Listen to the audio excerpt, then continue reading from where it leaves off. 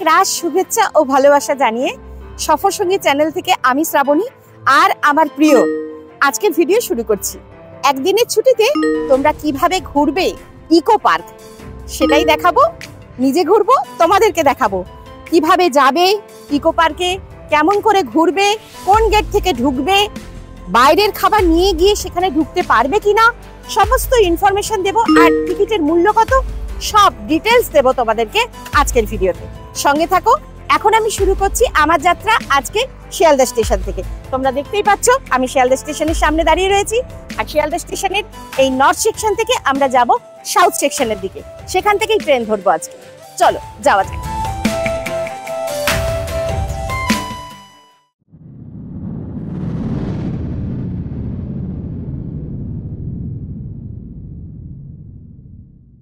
Sealdah south division থেকে যে কোনো ট্রেনে, হ্যাঁ ভালো করে মনে রেখো, যে কোনো ট্রেনে আমরা যাব ঠিক পরের স্টেশন পার্ক সার্কাস। সামনে যে ট্রেনটা পাবো সেখানেই উঠে পড়ব। 15 নম্বর প্ল্যাটফর্ম থেকেই আমাদের ট্রেন রয়েছে। 15 নম্বর থেকে বজবজ লোকাল দিয়েছে, তো আমরা 15 নম্বর থেকে ট্রেনে উঠে যাবো এখন।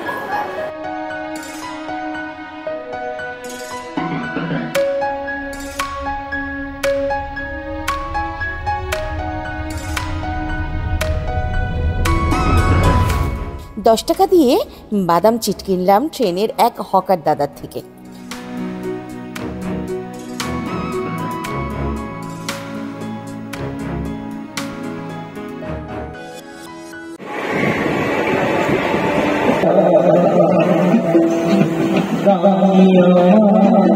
ট্রেনের ভিতর এক ভাই খুব সুন্দর গান শোনাচ্ছিল।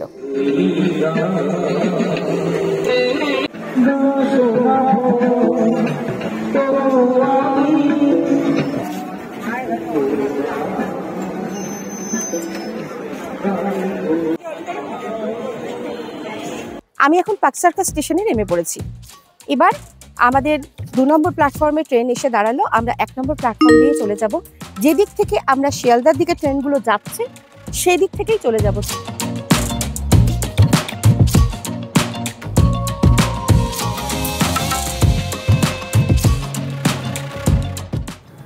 সবে ট্রেন ঢুকেছে, এতক্ষণ রেল গেট পড়েছিল। স্টেশন থেকে নেমে আমরা রোডে চলে এলাম। এই যে ব্রিজ দেখাই, এই যে ব্রিজ ক্রস করে চলে যাব আমরা। আর এই হচ্ছে Calcutta national medical college, gate number 3। Park Circus station থেকে যে কোনো ট্রেন ধরে পার্ক সার্কাসে নেবে, ওখান থেকে চিত্তরঞ্জন যাবার রাস্তা, মানে চিত্তরঞ্জন হসপিটাল যাবার রাস্তা। একদম চিত্তরঞ্জন হসপিটাল, যেটা চিত্তরঞ্জন হসপিটালে 3 নম্বর গেট থেকে আমরা 2 নম্বর গেট ক্রস করছি। এসে গেছি আমরা বাস স্টপেজের সামনে। এবার বাদিক ধরে এগিয়ে যাব। এই যে দেখো ওদিকে দেখা যাচ্ছে ডন বস্কোর স্ট্যাচু, এটা হচ্ছে ডন বস্কো সার্কেল। এই সার্কেলের এখান থেকে আমরা সামনের দিকে এগিয়ে যাচ্ছি, ওখান থেকেই আমরা বাসে উঠবো। পার্ক সার্কাস ময়দানের ঠিক উল্টো দিকে ডন বস্কো স্কুলের সামনে থেকেই আমরা বাস ধরবো। এই হচ্ছে পার্ক সার্কাস ময়দান, আর এখানেই আমরা সামনেই দাঁড়াবো, এখান থেকেই বাস পাবো। ডন বস্কো স্কুলের সামনে দাঁড়িয়ে আছি। আমরা প্রথমে এখান থেকে বিশ্ব বাংলা গেটে যাবার বাস ধরলাম। আজ রবিবার বলে সরাসরি ইকো পার্কে যাবার বাস কম আছে। সপ্তাহের অন্য দিনগুলোতে তোমরা এখান থেকেই ইকো পার্ক যাবার বাস পেয়ে যাবে। আধ ঘন্টা বাদেই আমরা চলে এলাম বিশ্ব বাংলা গেটে। এই বিশ্ব বাংলা গেটকে কলকাতা গেটও বলে। ওই যে বাস দাঁড়িয়ে আছে, ওই বাসেই আমরা যাব ইকো পার্কে। প্রথমে 5 টাকা ট্রেন ভাড়া দিয়ে আমি শিয়ালদহ থেকে পার্ক সার্কাস এসেছি। তারপর 15 টাকা ভাড়া দিয়ে পার্ক সার্কাস থেকে বিশ্ব বাংলা গেটে এসেছি।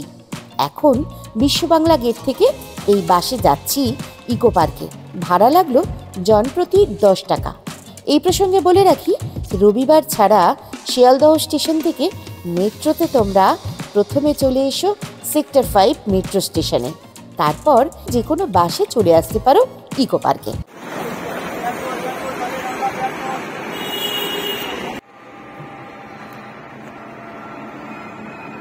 ইকো পার্কের 4 নম্বর গেটের সামনে আমি নামলাম। আমি 4 নম্বর গেটে কেন নামলাম সে কথাও তোমাদেরকে বলবো। আগে লোকেশনটা দেখে নাও যে এখান থেকে আমরা বাসে করে নামলাম। এখান থেকে এয়ারপোর্টগামী যে কোনো বাসে করেই তোমরা এই ইকো পার্কের 4 নম্বর গেটে চলে আসতে পারবে। আরো আরেকটা কথা, এই হচ্ছে ইকো পার্কের মেট্রো স্টেশন। তবে এবার তোমরা বলবে তো যে ইকো পার্কের মেট্রো স্টেশন আছে অথচ আমি কেন এইভাবে এলাম। তার কারণটা হচ্ছে ইকো পার্কের মেট্রো স্টেশন কিন্তু এখনো চালু হয়নি। যখন চালু হয়ে যাবে তখন কিন্তু তোমরা এই মেট্রো দিয়েও অতি সহজে চলে আসতে পারবে কলকাতার ইকো পার্কে।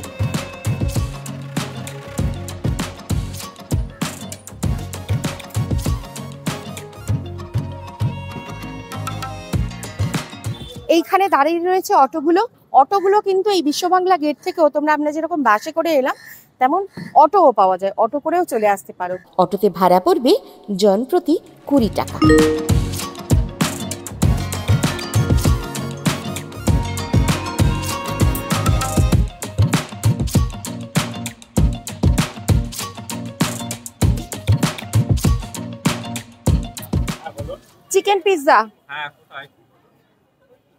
চিকেন পিৎজা, হ্যাঁ হটডগ আছে কোথায়? চিকেন হটডগ কত করে? 30 টাকা, যেটা এমআরপি সেটাই আছে 30 টাকা করে। তাহলে এই দুটো নিয়ে নিয়া। এবার বলি তোমাদের ইকো পার্কের ভিতরে খাবার নিয়ে ঢোকা যাবে কিনা।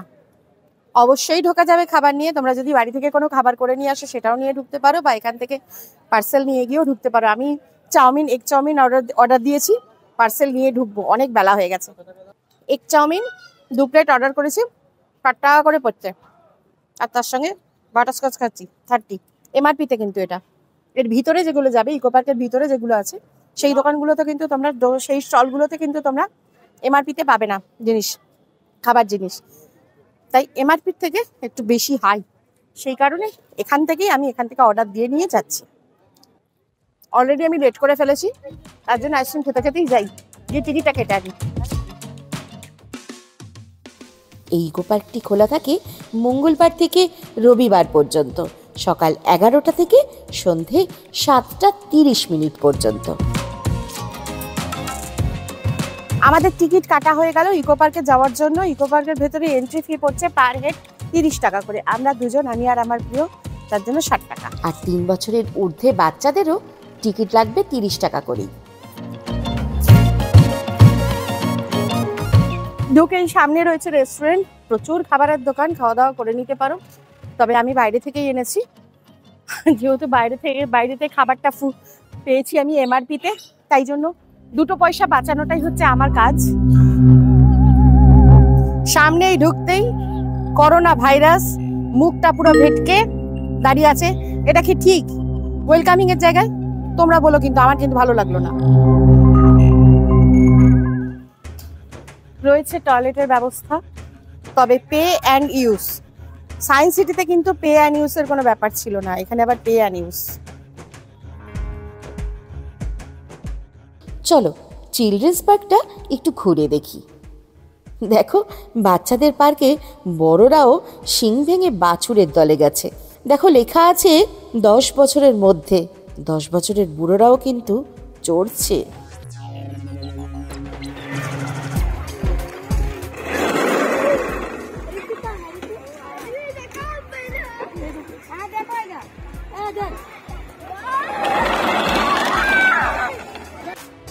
আরেকটা কথা, হাওড়া স্টেশন থেকে AC 12 বাস ধরেও বিশ্ববাংলায় নেমে চলে আসতে পারো ইকো পার্কে। এছাড়া মেট্রো ধরে রবীন্দ্র সদন নেমে সেখান থেকে ডিরেক্ট বাস পাবে এই ইকো পার্কের জন্য।